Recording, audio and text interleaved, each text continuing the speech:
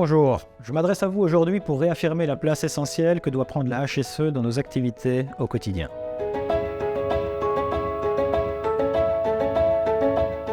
La sécurité de nos collaborateurs, de nos sous-traitants et de tout intervenant sur site, mais aussi l'impact de nos activités sur l'environnement sont une priorité pour GreenYellow. Nos engagements en matière de HSE s'inscrivent pleinement dans notre ADN et renforcent la confiance de nos clients, notre compétitivité, l'attractivité du groupe et sa réputation.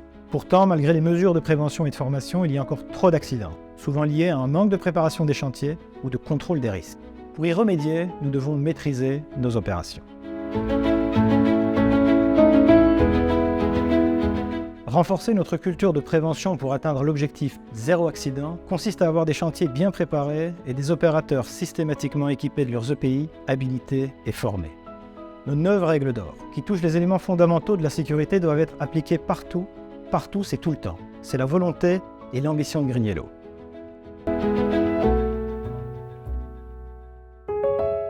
Notre système de management HSE doit être appliqué et adapté dans l'ensemble de nos BU.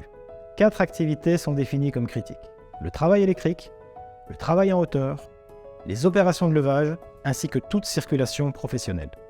Des campagnes de formation et de sensibilisation sur ces sujets seront renforcées, avec des contrôles terrain particulièrement pour nos sous-traitants.